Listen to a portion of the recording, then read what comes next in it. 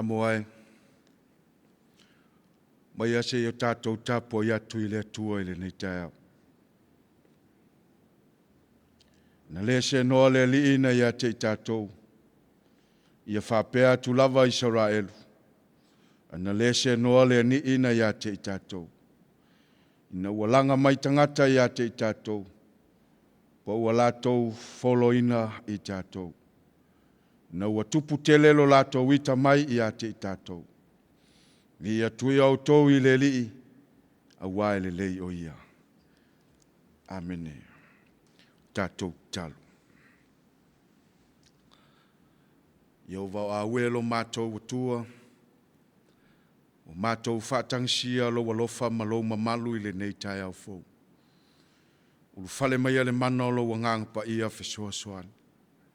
Whaau uina, papatiso ina i mātou.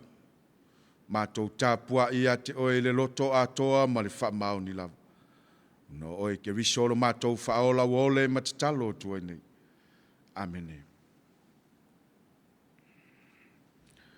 Le a tātou pese i le pese wa Sauniga le au fai pese.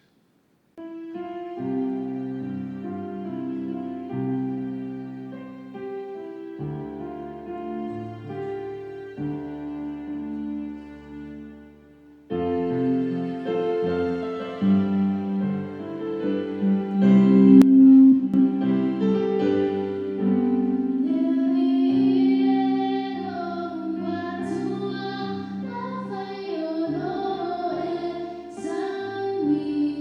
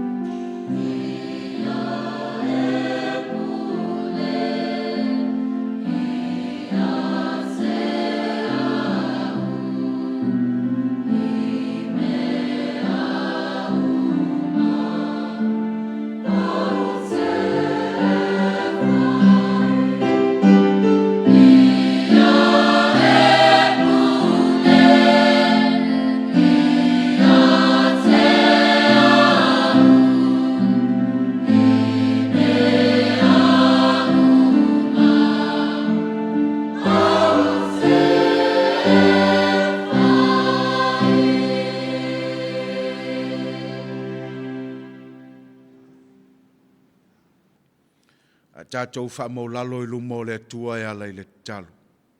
Tātou wifo matatalo. Lo mātou tamae o le langi.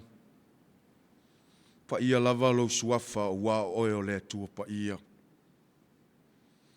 O oe lava o le e a le tū lau lava a fionga. Sa e iai a te mātou. Sa e awai lo mātou wola.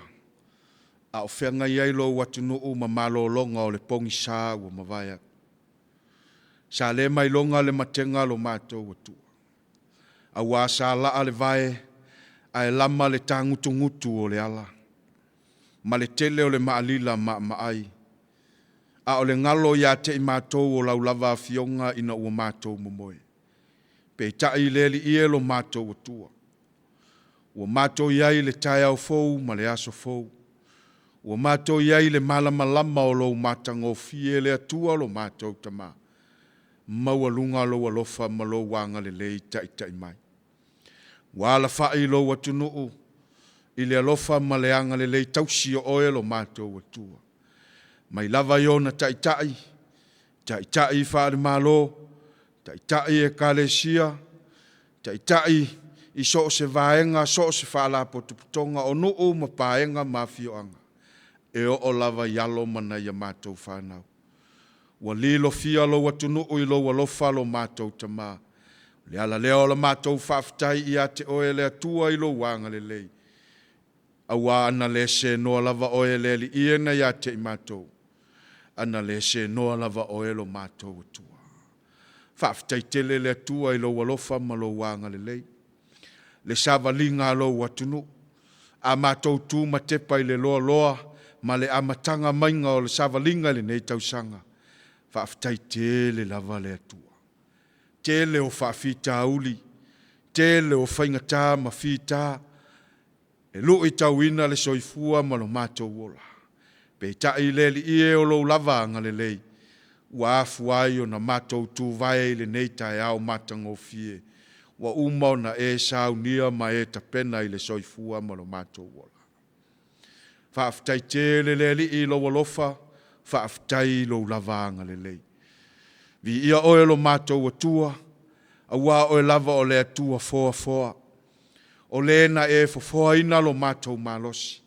O le na e whaatamau ainga ina I mātou. O oe na e foa I le soifua ma lo mātou wola. Vi ia lo wanga le lei tamaa. I lo tamau ainga whaasoa I tonu o mātou ainga taitasi. O lo watunuu. Ua mātou le fia ai. Ua mātou le fia whenu. Ua mātou mali lie lo alofa lo mātou tama. Le ala leo le vivi o lau whanau le nei tai au fou. Se I o mātou mua I momoli la au I fonga ai lau a fionga le li. Awa ua ono ia te I mātou lo lava vi inga. Whaaftai tele le atua I lo wanga le lei. Whaaftai le mana o le anganga pa ia e fesoa soani. Whaaftai le Taitai ina le anganga pa ia I o mātou loto. E taito luaina. E tō mumusu ai mātou le li ie. E whalango iai lo mātou malosi. Awa o le anganga pa ia fesoa soani pea lava pea mo I mātou. Whaaftai tele le atua I lo walofa ma lo wanga le lei. A mātou wa ai ma whalongolongo le sawa o le nei vaitau le li. Mātou whaaftai lo walofa ma lo wanga le lei. E te tali ali pea I a te mātou o lau whana. Vi ia oe lo mātou atua, vi ia lo wanga le lei ma lo walofa. Tu mau e le li liu e whaavavau lava. Whaaftai te le li. E ala ia wafionga pa ia ole fesoso ani sili mo I mātou.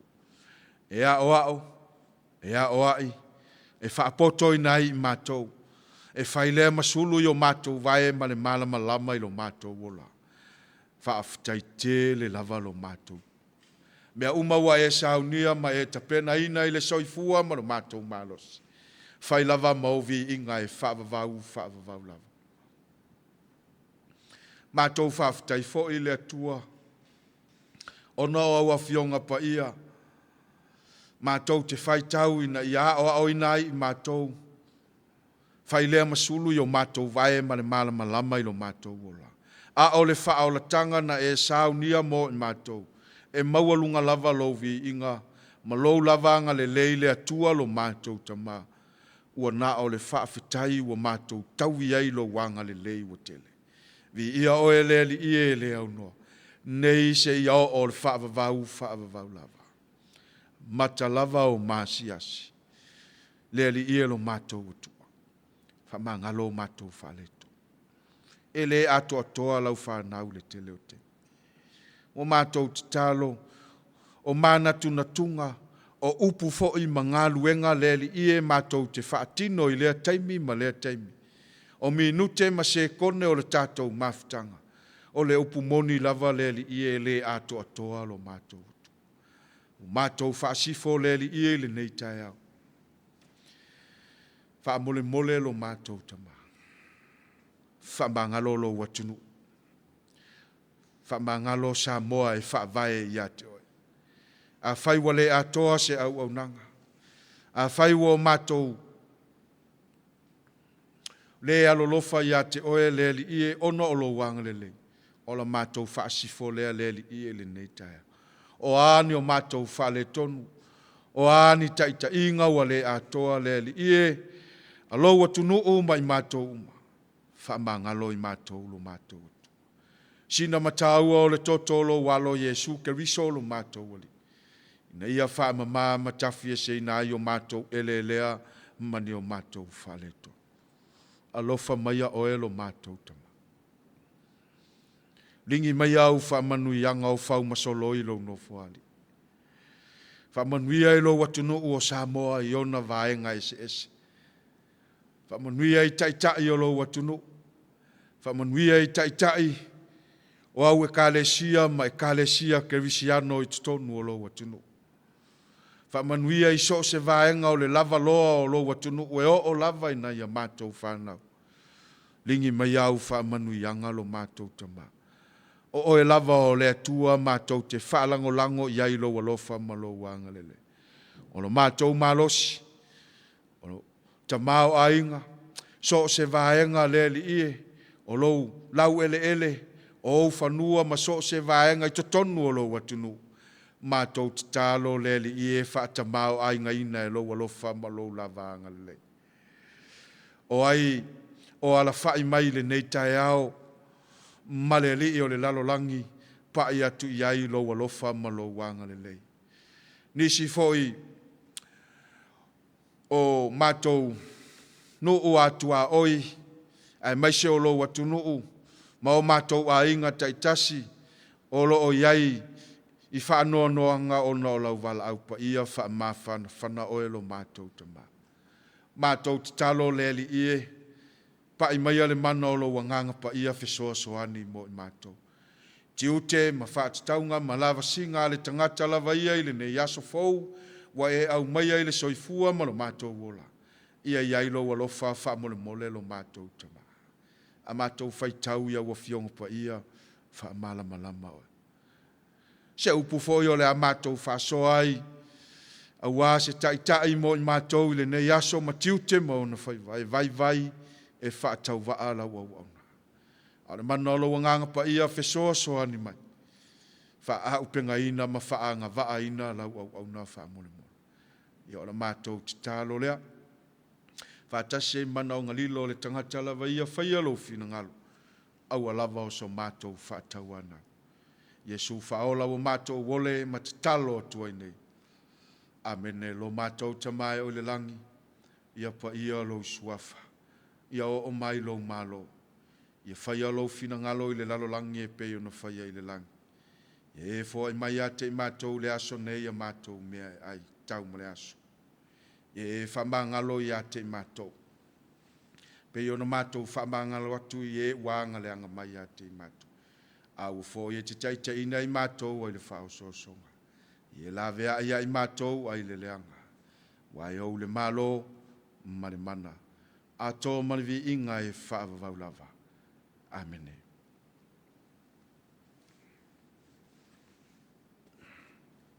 o le whaitawina o le awhionga pa ia le atua i le nei tai au. Le amaua mai lea le whenga inga tuai. Pese Solomona ilo na mata upu e 5. Au te whaitawina me le whai upu e 10. Se ia wha mai ale nei le soni. Pese Solomona ilo na mata upu e 5. Te whaitawina mai le whai upu e 10. Se ia wha pau mai le whai upu e 10 ma le ono. O a whionga pa ia alo tātou wali. O lo umana mea, e sina ma le mumu. E siri ese i le mano. O lona ulu, ua pei o le auro ua wha maina. O na la ulu ua wha pulo lou. Ua uli e pei o se o reva. O na mata e pei ni mata o se lupe e lata ane e vaitafe. O lo o tae ele sua susu manonofo i le mau. O na ala faua pei o se topo sama. Ma mea ma pue o iai la au manongi. O na lau ngutu o susana ia. Ua sisina i foai le muro sisina. O na 5 ua pei o mama aulo ua tuina iai ta sesa. O lona manava ua pei o nifo o elefane ua whaapupulaina. Ma ua ufitia i sa whaira. O na vai o pou sesa ia. Ua whatuina i lunga o lango aulo lelei. Ua fōlinga ia i le panona. Ua sili o na lelei e pei o aras. O lona fofonga ua matua leo malie. Ua atoa o na lelei o ia. Tama fafine i Jerusalem mai. O lo umana mea lava lea. O la uo fo i lea. Ia whaapupula. Ma wha malama e le lii. Upora na whionga pa ia. Ua tātou whaitawina i le nei tai au. Ma ia tu mau atua i pealo na lava vi inga. Nei se ia o le whaavavau. Whaavavau lava. Amene.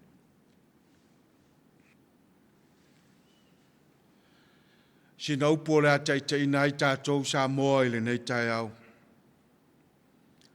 O le amamoli mai lava i le tusi sa o tātou whaitawina. Pese Solomona, ilona mata upu e 5. Aua au filfilia le autu filfilia o le nei tai au. E peo na iai le tusi whaitau aso le Ekalesia. E whaapelo na whaitawina. Ia whetausi ai. Ia whetausi ai.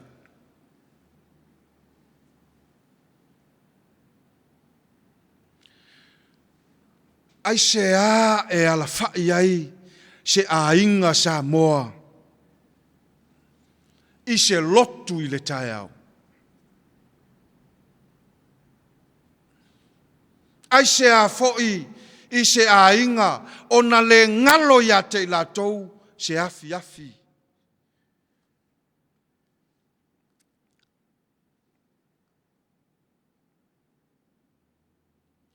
Ai se a foi.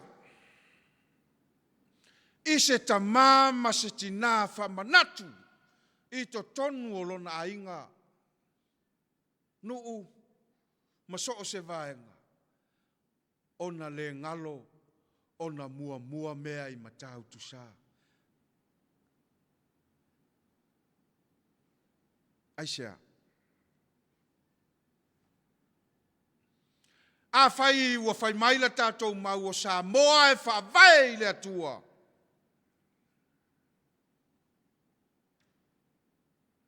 E a fua ona e tau napa i le lelei. E a fua ona e fia e fungalo na ola i le atua.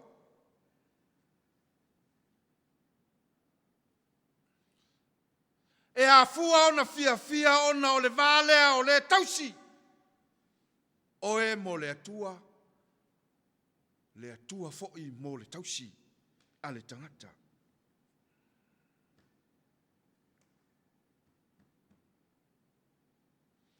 La leo le fai mai o le autu i le tae au le nei. Awane i ngalo le ola fe tausi ai.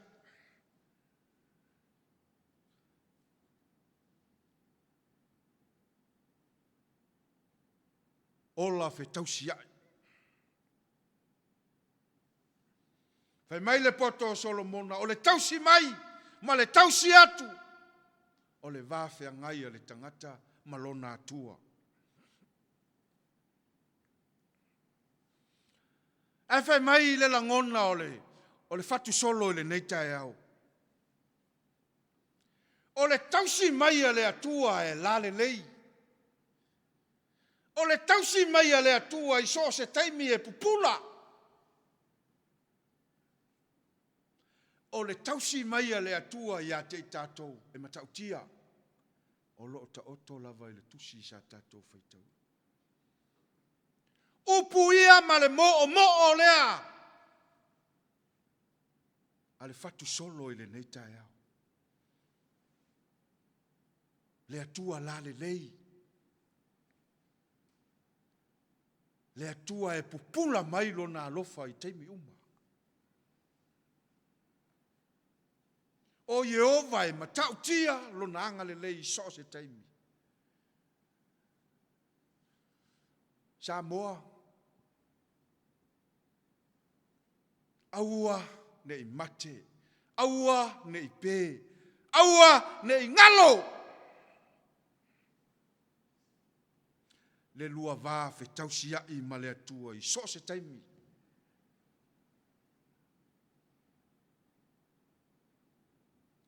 Nai luma atu mo o ngā whai mai, o ia o le paolo, tātou teno nofo ai, e sua malie.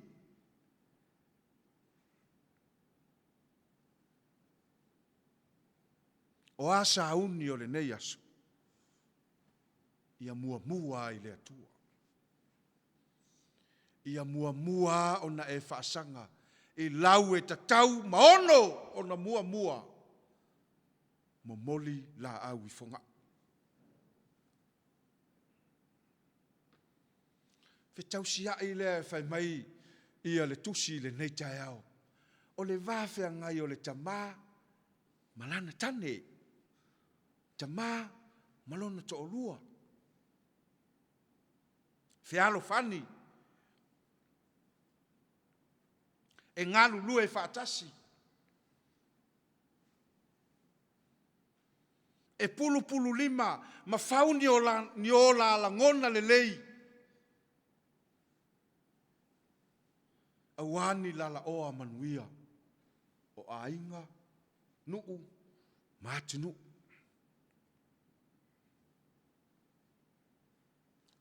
E whape nasa moa. Lo watu Asu Pele. Se fe au momoli o le nei tae au.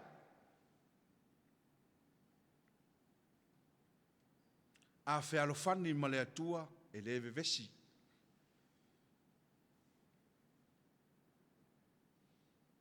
A ngā lulu e whaatasi ma lima whaatasi sa moa ma le atua.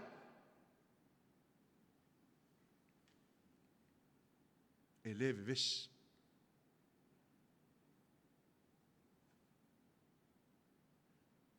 A pulu lima whaatasi fo'i o e lo Asu Pele ma le atua. E ma whaingofie e manuia ma toa i manu wha moenga. Lea, o le mo'o,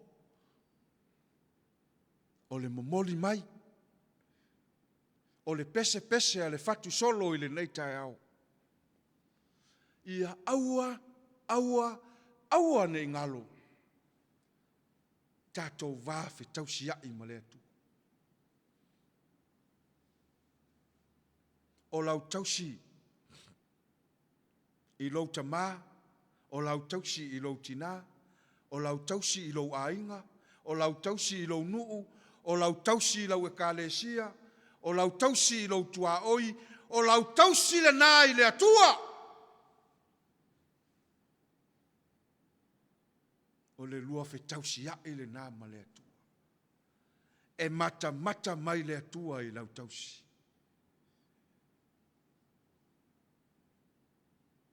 O na fai leo o e masusana i tutonu o la au tala tala.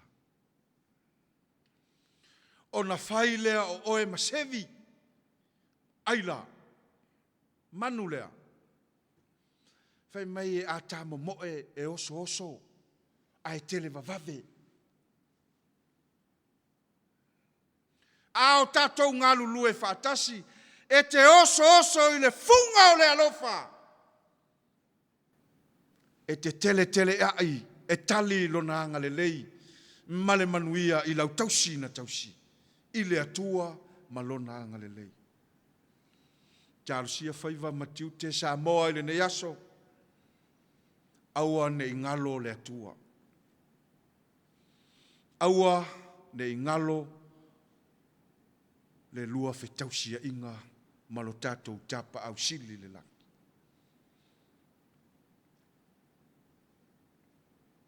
Ne tausia le atua e le whailonga tangata. Tausinga le atua ia te oe maa usa moa e le whatanga tausi. E alofa e anga le lei e puna e pei o le vai. Le alofa lea fai mai le pese a whanaua le Ekalesia o le alofa o le atua e pei o se lio e taamilo e le aise muta e le aise uma.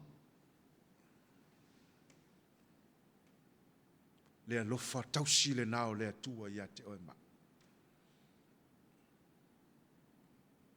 Ai aso tā tausi le nei taia. O whape i mai lo tā tausi le atua. Ioe. Si la fia e le atua mea uma. Fealo fani. Anga malu. O le loto maua lalo ma le whaapalipale. Fina ngalo leo lo tātou tamau le langi. Lana tausi. Na liu tino tangata i lungo o sātou.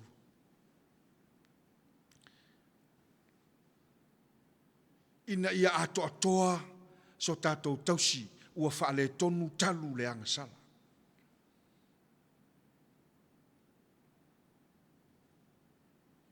A whaisa whaale tonu la tātou tausi le atua a leana na tuu i lalo le tafu e le sātauru e le aso sā ua mawai.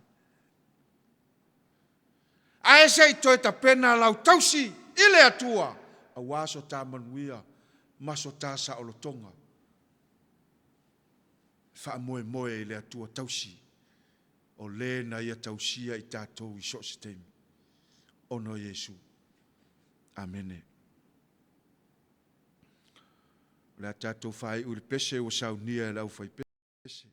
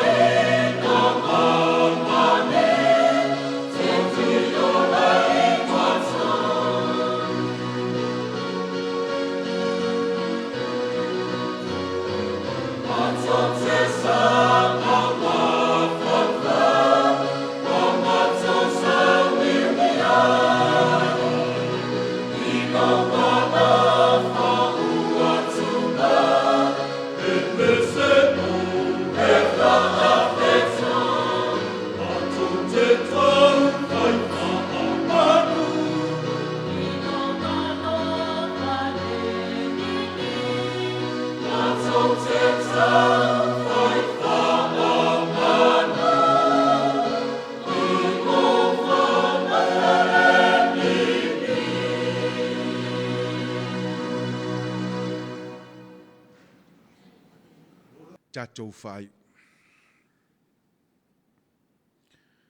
Tu mau mai ai o mātou lunga o malawa le manuia o oe le atua le tamā.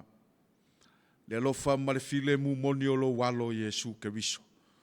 Ma aftanga ma lo lava ngang pa ia nei se ia o le whaavavau lava. Amene.